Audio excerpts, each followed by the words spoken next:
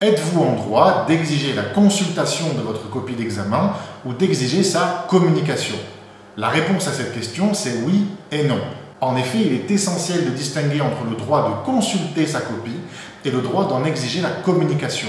Vous avez ainsi le droit de consulter vos copies pour vérifier que le report de votre note n'a pas subi d'erreur matérielle, pour vérifier qu'il n'y a pas de signe particulier de discrimination sur votre copie, mais vous n'avez pas le droit d'exiger de votre établissement, de votre administration, qu'elle vous communique votre copie d'examen. Alors, comment faire pour consulter sa copie d'examen ou demander à en obtenir la communication lorsque c'est prévu, permis par votre établissement? Eh bien, c'est très simple.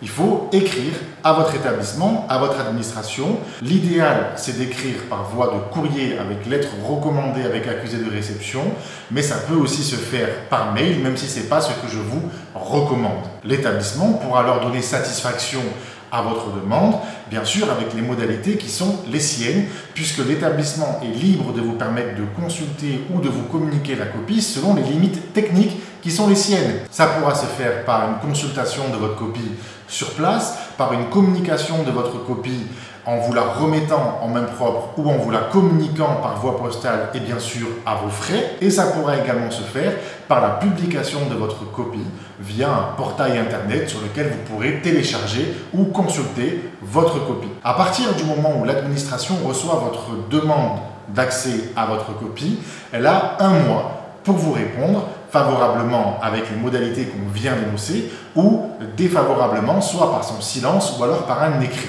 Si l'administration vous refuse la consultation de votre copie, vous êtes en droit de contester cette décision.